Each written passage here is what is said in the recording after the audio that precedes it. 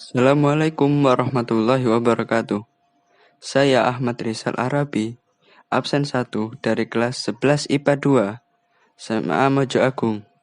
Di sini saya akan mempresentasikan sistem reproduksi manusia. Yang pertama, alat reproduksi pria. Terdiri dari testis. Testis berfungsi menghasilkan sperma dan hormon kelamin. Proses pembentukan sperma terjadi dalam tubulus seminiferus.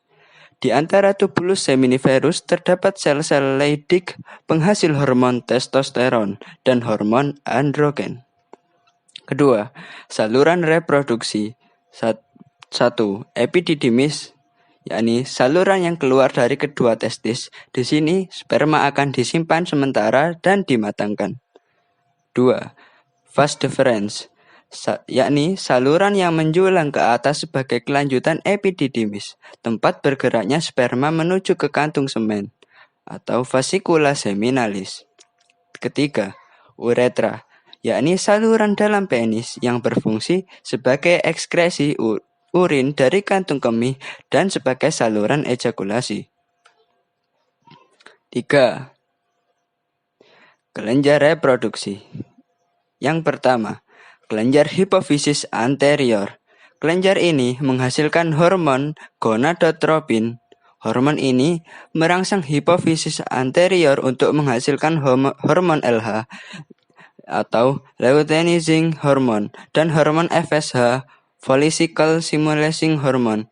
Hormon LH menstimulasi sel-sel Leydig untuk mengekskresikan hormon testosteron yang berfungsi saat spermatogenesis. Pematangan sperma mencegah pengeroposan tulang dan pertumbuhan kelamin sekunder pada pria. Sedangkan hormon FSH berperan merangsang sel-sel Sertoli dalam tubulus seminiferus untuk mengubah sel-sel spermatid menjadi sperma saat terjadi spermatogenesis. Bagian kedua, kelenjar aksesoris yang terdiri dari A. Vasikula seminalis atau kantung mani yang menghasilkan cairan kental kuning-kuningan yang bersifat basah, mengandung mucus, enzim koagulasi, asam askorbat, prostaglandin, dan gula fruktosa. Bagian B. Kelenjar prostat, penghasil getah kelamin bersifat encer, mengandung enzim antikoagulan, penyuplai nutrisi, dan berasa agak asam. Bagian C. Kelenjar bulbouretralis atau kelenjar koper. Kecil jumlahnya sepasang. Hasil ekskresinya cairan bening menetralkan urin asam pada uretra, membawa sejumlah sperma bebas sebelum dikeluarkan dari tubuh. B. Alat reproduksi laki-laki bagian luar. 1. Penis. Penis adalah alat persetubuhan kopulasi sebagai alat untuk memindahkan cairan sperma ke alat reproduksi wanita. Secara struktural, penis tersusun atas 3 rongga berisi jaringan erektil berspons. 2 rongga terletak di tengah dinamakan corpus cavernosa. Corpus spogiosium berada di bawah corpus cavernosa dan terdapat saluran reproduksi yakni uretra. Di bagian ujung penis terdapat kepala penis, gland penis, yang tertutup oleh lipatan kulit preputium. Di dalam rongga penis, jaringan erektil berisi banyak pembuluh darah dan syaraf.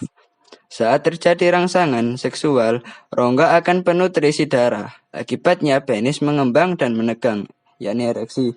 Apabila rangsangan ini terus-menerus terjadi, sperma akan keluar melalui uretra atau ejakulasi. Jumlah sperma yang dikeluarkan sehingga sekitar 2 hingga 5 mm semen.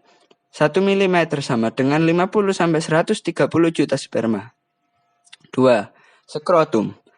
Skrotum berupa kulit yang membungkus testis. Kulit ini cenderung mengendor saat suhu luar panas dan mengkerut saat suhu dingin. Oleh karena temperatur tubuh yang terlalu dingin tidak sesuai dengan perkembangan sperma.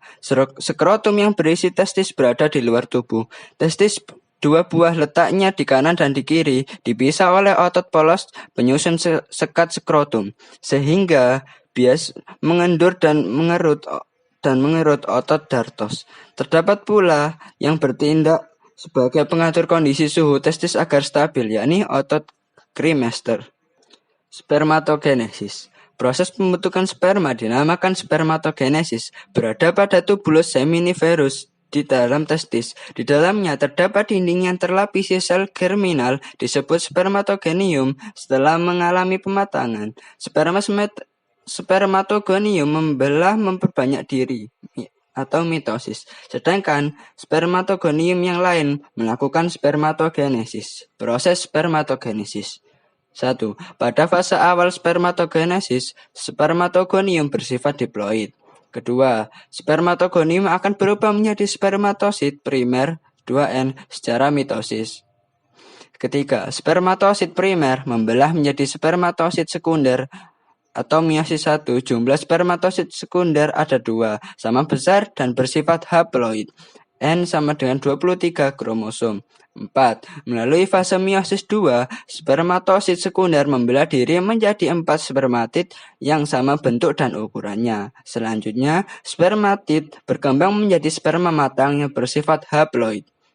Kelima, setelah matang, sperma menuju saluran epididymis. Proses ini terjadi kurang lebih 17 hari. Energi yang digunakan pada proses spermatogenesis berasal dari sel-sel Sertoli. Kedua, alat reproduksi wanita.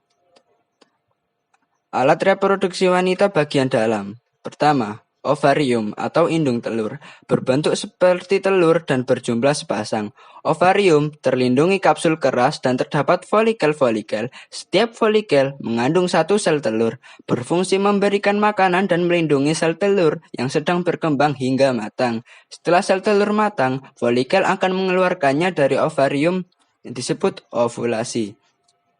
2.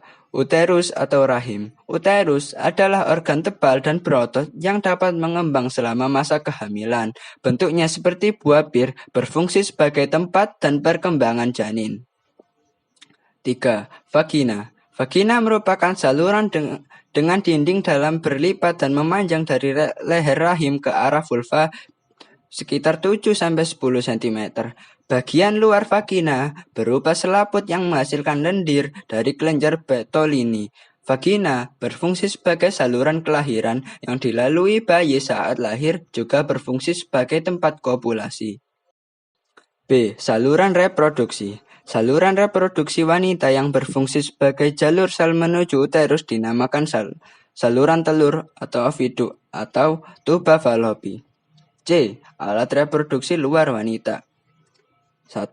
Vulva bagian paling luar organ kelamin wanita yang bentuknya berupa celah. 2. Public bone, mons pubis, bagian atas dan terluar vulva yang tersusun atas jaringan lemak.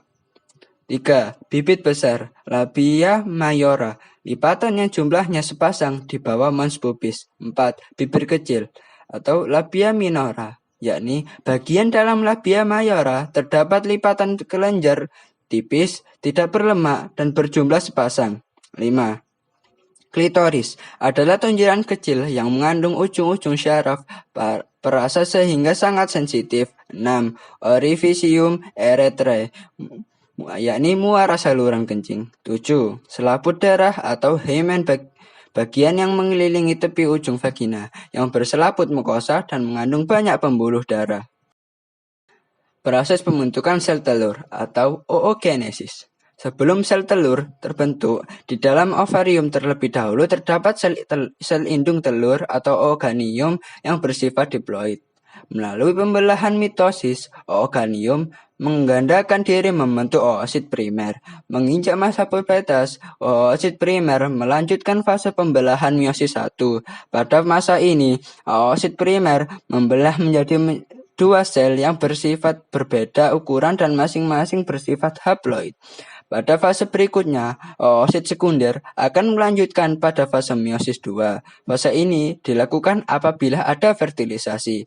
Apabila tidak terjadi fertilisasi, oosit akan mengalami degenerasi. Namun bila ada fertilisasi, oosit sekunder membelah menjadi 2 sel, yakni yang satu berukuran besar dan yang satu lebih kecil. Secara bersamaan, badan kutub primer membelah menjadi 2. Oleh karenanya, fase meiosis 2 menghasilkan 1 ootit dan 3 bagian kutub sekunder. Kemudian 1 ootit yang dihasilkan tersebut berkembang menjadi sel telur yang matang. Sementara bagian kutub hancur atau polosit. Siklus menstruasi. Siklus ini berlangsung sekitar 28 hari pada setiap bulan. Siklus menstruasi ada 4 fase, yakni fase menstruasi, fase provulasi, fase ovulasi, dan fase pasca ovulasi. Fertilisasi. Fertilisasi merupakan proses terjadinya pembuahan sel telur oleh sperma yang ditandai dengan bergabungnya inti kedua sel kelamin tersebut, berlangsung di dalam oviduct. Sebelum terjadi fertilisasi, terjadi dahulu proses kopulasi. Sperma yang bercampur air mani masuk ke dalam saluran reproduksi wanita. Terjadinya bayi anak kembar, yakni ada 2, kembar fraternal atau dizigotik dan kembar identik atau monogotik. Gestasi atau kehamilan. Kehamilan terjadi apabila implantasi blastosit dapat dilakukan dengan sukses pada manusia berlangsung sekitar 266 hari. Persalinan. Persalinan atau kelahiran terjadi akibat serangkaian kontraksi uterus yang kuat dan berirama. Proses terjadinya yakni A. Pembukaan atau pemipihan serviks. Pembukaan atau pemipihan serviks. B. Dilatasi sempurna. C. Ekspulsi atau pengeluaran bayi. D. Keluarnya bayi yang berplasenta. Hormon yang berperan dalam proses kelahiran bayi yakni A. Relaksin, B. Estrogen, C. Prostaglandin, D. Oksitosin. 3. Gangguan dan kelainan dan penyakit pada sistem reproduksi. Gangguan pada sistem reproduksi wanita. 1. Gangguan menstruasi. Gangguan menstruasi dibagi menjadi 2, yakni A. Amenore primer, B. Amenore sekunder. 2. Kanker genitalia. 3. AIDS. 4. Kanker serviks. 5. Kanker ovarium. 6. Kanker endometrium. 7. Infeksi vagina. Gangguan pada sistem reproduksi pria. 1. Hipogonadisme. 2. Kriptokodisme. 3. Uretiris. 4. Prostatis. 5. Epididymistis. 6. Gonorrhea. Salah satu alternatif dalam pengobatan berbagai penyakit sistem reproduksi adalah sebagai berikut. 1. Bedah laser merupakan jenis sinar atau cahaya panas yang digunakan untuk memotong kulit dan jaringan. 2. Kemoterapi merupakan pengobatan sistemik yang bekerja pada seluruh bagian tubuh dengan cara melenyapkan sel-sel kanker yang perkembangannya sangat cepat. 3. Teknologi yang digunakan untuk mengobati penyakit gonorrhea dengan antibiotik melalui suntikan. 4. Teknologi yang digunakan untuk mengobati kanker serviks. Pembedahan untuk mengangkat rahim biasanya digunakan untuk mengobati tahap awal kanker serviks. 5. Radioterapi adalah salah satu metode pengobatan menggunakan sinar radiasi untuk membunuh sel-sel kanker. Sekian yang dapat saya sampaikan. Terima kasih. Saya Ahmad Rizal Arabi. Pamit undur diri. Wabillahi taufik wal hidayah. Wassalamualaikum warahmatullahi wabarakatuh.